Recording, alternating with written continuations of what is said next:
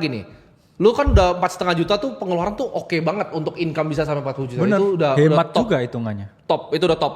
Udah nggak usah dikurang-kurangin lagi, udah bagus. Problemnya, lu punya problem di konsistensi income. Jadi jawabannya satu, gimana cara lu dapat orang, ya kan? Lu kan mesti acquire klien kan.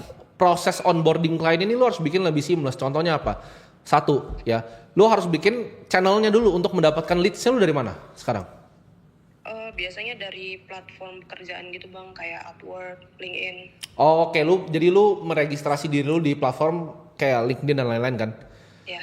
Nah, saran gua adalah, kenapa nggak lu coba untuk mulai bikin konten? Ya, setuju. Lu mulai bikin konten untuk dapetin leads-nya. Nah, leads-nya lu tuh capture dalam format email. Lu bikin dalam, misalnya Substack dah. Lu bikin konten, ngajarin gimana caranya bikin perusahaan startup awal-awal. Karena lu yang bikin pitch deck buat orang dapet investor kan? Itu harusnya konten yang lu bikin. Lalu lu bikin listnya itu ke Substack, lu bikin email list nanti di sana.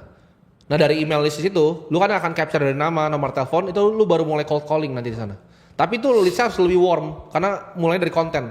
Ketika konten lu udah mulai jalan, ya, lu tembakin iklan konten lu baru. Karena lu kan problemnya dapat leadsnya sekarang, dapat kliennya. Jadi ketika lu besarin depan lu, top of funnel lu, middle funnel lu besarin, leadsnya dapat banyak, klien lu pasti lebih banyak dan itu income lu bisa stabil 50 juta sampai 100 juta. Di situ lu bisa mulai nyerang lagi investasinya. Paham? Okay. Lu tuh bukan punya gini. Bisnis kan ada dua, ya. Ada yang problemnya itu gua ngomongin delivery. Contohnya apa? Restoran. Gua misalnya punya restoran 60 kursi udah full. Gua harus bikin restoran lagi untuk fullin itu. Nah, lu tuh bukan problemnya situ. Lu bisa kerjain terus kan kalau ada klien. Iya. Dan ada AI, lu pasti gampang lah kerjainnya. Problem lu adalah mendapatkan klien. Nah, tapi lu harus bedah dulu nih, industrinya apakah ini industri bakal terus ada, bikinin pitch deck untuk startup atau enggak? Atau lu bisa pivot ke consulting bisnis yang lain atau gimana? Karena skill lu harusnya bukan bikin pitch deck doang, tapi consulting sebenarnya. Karena lu kan consult startup founder ini yang mau nge-raise duit ke investor buat bikin sama lu gitu kan decknya, biar mereka dapat duit kan sebenarnya. Iya, tapi konsepnya kan dari mereka bang, kebanyakan Yes. gue cuma ngerapihin story-nya aja gitu. Oke. Jadi skill set lu itu masih bisa ditajemin lagi. Nah, lu belajar apa? Lu belajar marketing untuk dapetin lead generation seperti apa, cara nurture leads seperti apa, dan skill sales, bro. Ya. Lu Ya. tajemin 3 itu, gua rasa income-nya bisa besar. Semoga membantu ya, Ete. Oke bang, terima kasih. Oke. Nah, jadi itu dari case yang ini beda lagi nih, bro. Ini kayaknya Ya. sangat financial literate, tapi Yes. dia punya bottleneck di income. Masuk di 49%. Iya. Jadi tier yang paham banget dan untuk ukuran wanita ya kita ngomongnya memang langka juga bro. Ya. Dengan income segitu tapi tetap bisa keep spending 4,5 juta ya. Jadi Ya. kan pertanyaan kan dua kan tadi sebenarnya satu gimana biar konsisten yaitu saya setuju juga tadi mungkin dengan dia bangun personal branding. Dia jelasin story dia dan apa uniqueness yang dia tawarkan. Tapi gua rasa kayaknya nggak bisa dijual di depan tuh. Langsung tadi bikin startup bot.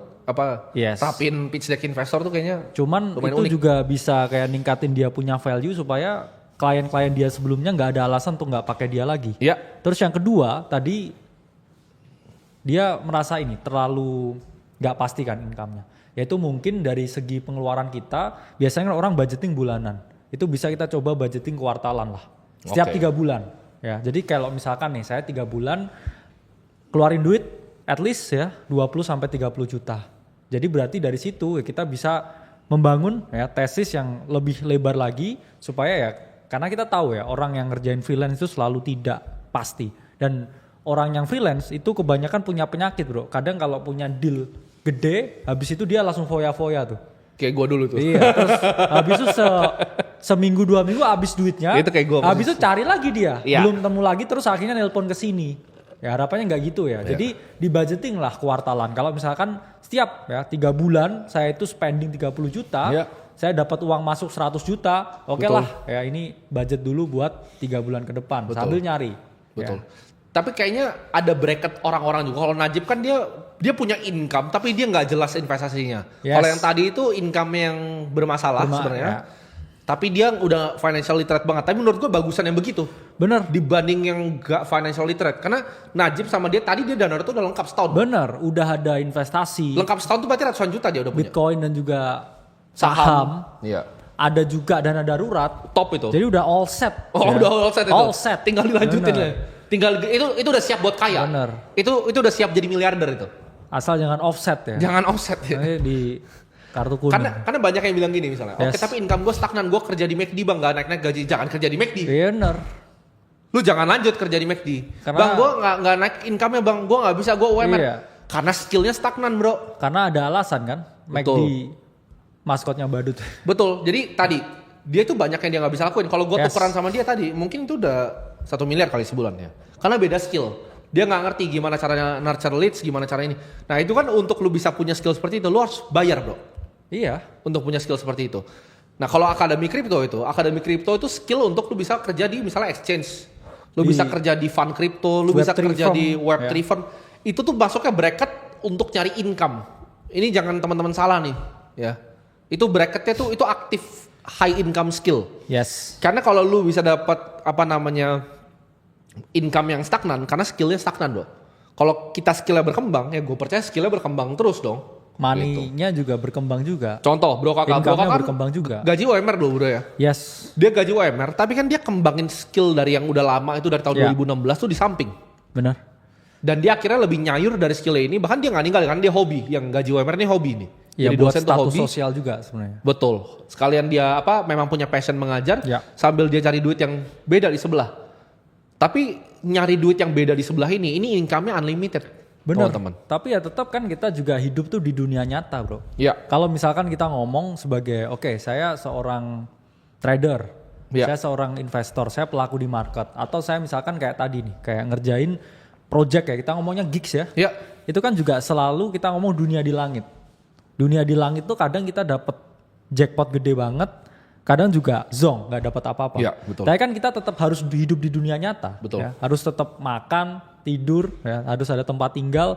Jadi nggak ada salahnya ya buat kayak tetap mempertahankan sesuatu yang pasti sambil mencari sesuatu yang tidak pasti. Betul. Top itu. Dan ketika kita mencari sesuatu yang tidak pasti, ya itu kita harus effort lebih tinggi daripada sesuatu yang pasti. Ya. Ini mungkin menjadi sesuatu yang kayak kontroversial. Betul. Tapi saya bilang gini, kalau kamu punya kerjaan yang dibayar tetap, UMR lah let's say, Ya. kerjain aja setengah hati.